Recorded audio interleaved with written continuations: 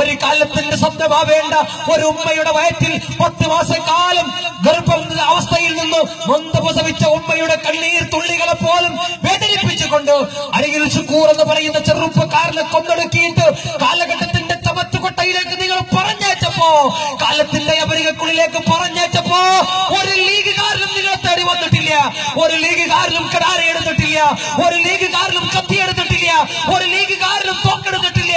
കാരണം ഈ ചെറുപ്പത്തിന്, മുസ്ലിം യൂത്ത് ലീഗിന്റെ ചെറുപ്പത്തിന് അതറിയാനിട്ടില്ല. പകരം ഞങ്ങൾക്കൊരു നേതൃത്വമുണ്ട്. ആ നേതൃത്വം പറയുന്ന ആത്മസമയം പാലിച്ചിട്ടാണ് ചെറുപ്പക്കാരാ ഉടപ്പുരക്കൽ തറവാട്ടിൽ നിന്ന് ഒരു ഉത്തരവ് വന്നാ മതി.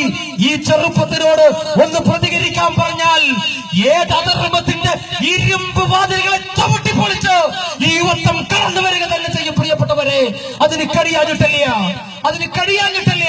പകരം അത് ചെയ്യാത്തത് ഈ പാർട്ടിക്ക് ഒരു പാരമ്പര്യമുണ്ട്, ഈ പാർട്ടിക്ക് ഒരു ഇന്നലകളുണ്ട്, ഈ പാർട്ടിക്ക് മനുഷ്യത്വപരമായ ഒരു സമീപനമുണ്ട്.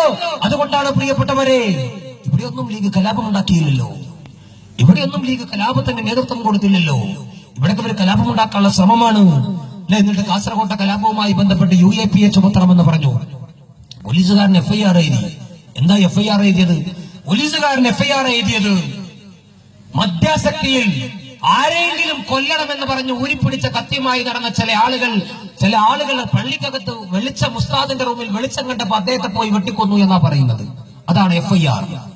നിങ്ങൾ അറിയണം, കേരളത്തില് ഈ ഗവൺമെന്റ് അധികാരത്തിൽ വരുമ്പോ പറഞ്ഞ ചില വാചകങ്ങളുണ്ട്. കേരളത്തിന്റെ മനോഹാരിത ഞങ്ങൾ കാത്തു സൂക്ഷിക്കും. പിണറായി വിജയന്റെ പോലീസാണ് എഴുതിയത്, നിങ്ങൾ മനസ്സിലാക്കണം. അല്ലെ, കോടതിയിൽ ആ കേസ് നിലനിൽക്കൂല, കോടതി ഒന്ന് പൊട്ടിപ്പോകും.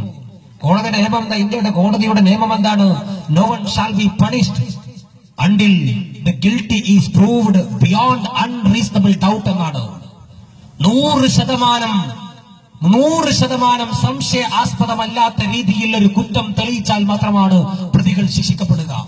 അല്ലാത്ത കാലത്തോളം ഇന്ത്യയുടെ ക്രിമിനൽ നിയമത്തിൽ ഒരാളും ശിക്ഷിക്കപ്പെടില്ല.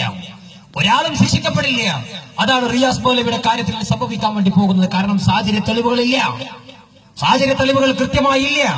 മാത്രമല്ല ഐ വിറ്റ്നസ് ഇല്ല, ദൃക്സാക്ഷികളില്ല. അതുകൊണ്ടാണ് ഞങ്ങൾ പറഞ്ഞത് UAPA ചുമത്തണം. രാജ്യത്തെ കലാപം ഉണ്ടാക്കാനുള്ള ശ്രമങ്ങൾക്കെതിരെ UAPA ചുമത്തണം എന്ന് പറഞ്ഞത് പ്രിയപ്പെട്ടവരെ നമ്മൾ മനസ്സിലാക്കണം. അതാണ് ഈ നാടിനകത്ത് നടന്നുകൊണ്ടിരിക്കുന്നത്. ഈ കലാപങ്ങളെയൊക്കെ തച്ചു തകർക്കാനുള്ള ശ്രമത്തിനിടയിൽ മുസ്ലിം ലീഗ് കലാപമുണ്ടാക്കിയിട്ടില്ല. പകരം മുസ്ലിം ലീഗ് എന്താ ചെയ്തത്? ബൈത്തുർ റഹ്മകൾ ഇങ്ങനെ കൊടുക്കാണ്. ബൈത്തുർ റഹ്മകൾ ഇങ്ങനെ 7000-ൽ പരം ബൈത്തുർ റഹ്മകൾ